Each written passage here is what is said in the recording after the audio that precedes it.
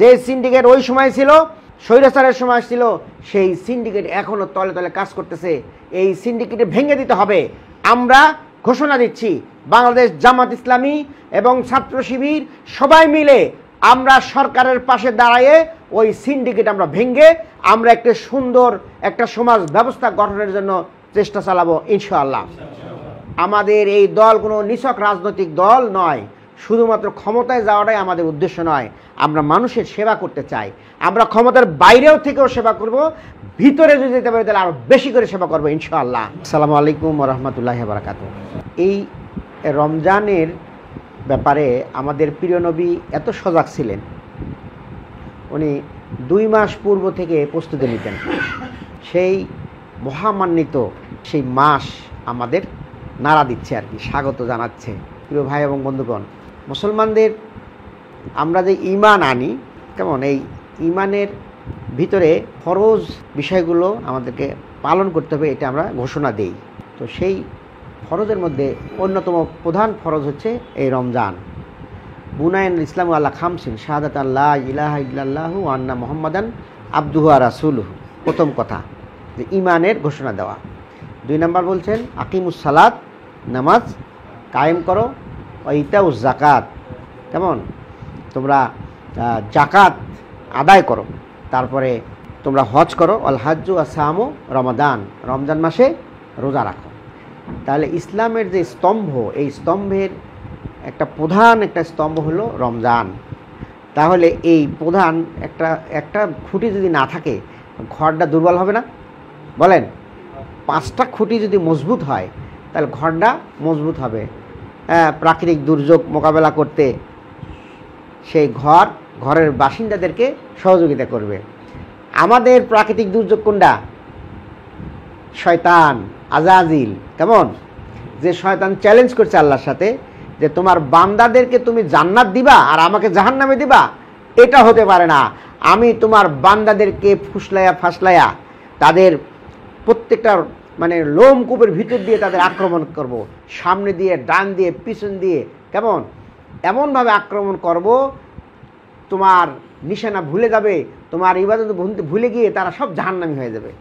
প্রিয় ভাই এবং বন্ধুগণ, সেই শয়তানের আক্রমণ থেকে আমাদের এই ইসলাম নামক এই ঘরটাকে যদি সংরক্ষিত করতে হয়, মজবুত করতে হয়, তাহলে এই 5টা স্তম্ভ, কেমন তো একটা স্তম্ভ যদি দুর্বল হয়ে যায় তাহলে কিন্তু আমাদের ঘরটা শক্তিশালী হবে না।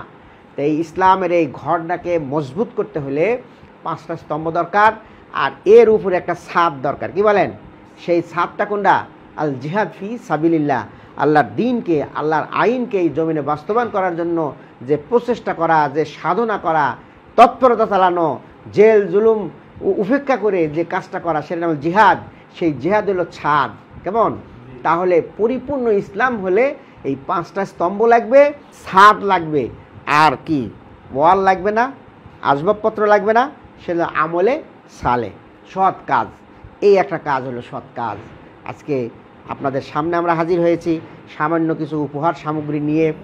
যে কাজটা করা দরকার ছিল কার? সরকারের, কিন্তু সেই সরকার অতীতেও করে নাই, এখনও কতটুকু করবে জানি না। আমরা আহ্বান জানাবো, আপনারা নিরপেক্ষ সরকার, নির্দলীয় সরকার, বাংলাদেশের মানুষের বড় অংশ সিয়াম সাধনা করবে, তাদেরকে পর্যাপ্ত সাপোর্ট দিতে হবে আপনাদের। কি বলেন? যারা অসহায়, দরিদ্র, যাদেরকে আমরা যদি একটু সাপোর্ট দেই, অর্থাৎ চাইলে যদি একটু ভর্তুকি দেন, ডাউলে যদি একটু ভর্তুকি দেন, লবণ তেল একটু ভর্তুকি দেন, ছোলা একটু খেজুরে ভর্তুকি দেন, তাহলে একটা সুন্দরভাবে তারা এই সিয়াম সাধনা করতে পারবে। আপনারা ওই ফ্যাসিস্টদের মতো পালানো ওই শেখ হাসিনার সেই স্বৈরাচারের মতো কথা বলবেন না যে আপনারা যদি কি খেজুর কিনতে না পারেন বড়ই দিয়ে ইফতার করেন, এই ধরনের অশ্লীল কথা আপনারা বলবেন না। আপনারা তারা যেমন লুটপাট করেছিল, তারা যেমন সিন্ডিকেট করে বাজারের দাম সব বাড়াই দিয়েছিল, আপনারা সেই ধরনের ভূমিকা রাখবেন না। আমরা মনে করি আপনারা নিরপেক্ষ, আপনারা জনগণের কথা বুঝবেন, জনগণের মুখের ভাষা বুঝবেন, তাদের দাবি বুঝবেন, সেই অনুযায়ী আপনারা বাজারকে নিয়ন্ত্রণে রাখবেন। সিন্ডিকেট ভেঙে দেন। যে সিন্ডিকেট ওই সময় ছিল, স্বৈরাচারের সময় ছিল, সেই সিন্ডিকেট এখনও তলে তলে কাজ করতেছে। এই সিন্ডিকেটে ভেঙে দিতে হবে। আমরা ঘোষণা দিচ্ছি, বাংলাদেশ জামাত ইসলামী এবং ছাত্র শিবির সবাই মিলে আমরা সরকারের পাশে দাঁড়ায়ে ওই সিন্ডিকেট আমরা ভেঙে আমরা একটা সুন্দর একটা সমাজ ব্যবস্থা গঠনের জন্য চেষ্টা চালাবো ইনশাআল্লাহ। প্রিয় ভাই এবং বন্ধুগণ, আজকে বাংলাদেশ জামাত ইসলামী একটি সুন্দর সমাজ গঠন করতে চায়। বাংলাদেশ জামাত ইসলামী একটি চাঁদাবাজ মুক্ত সমাজ চায়, একটি দুর্নীতিমুক্ত সমাজ চায়, একটি ইনসাফ সমাজ চায়। যে কাজটার জন্য জুলাইয়ের ছাত্ররা আন্দোলন করেছিল তাদের 3টা বক্তব্য ছিল।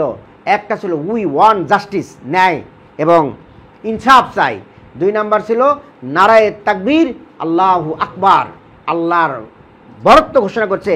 আমরা কালকেও নাহিদ যে দলের প্রধান হলো তার মুখে একটাই কথা শুনছি যে আমাদের আদর্শের ভিত্তি হবে ইসলাম। তা আমরাও চাই ইসলামের ভিত্তিতেই যেন রাষ্ট্র পরিচালিত হয়। এবং ছাত্ররা আর একটা কথা বলছে যে আমরা দিল্লির দাসত্ব করব না, দিল্লি না ঢাকা, অর্থাৎ ঢাকা নিয়েই আমরা কাজ করব। প্রিয় ভাইয়েরা, তাহলে আমাদেরকেও এই মন্ত্র বাংলাদেশ জামাত ইসলামও পোষণ করে।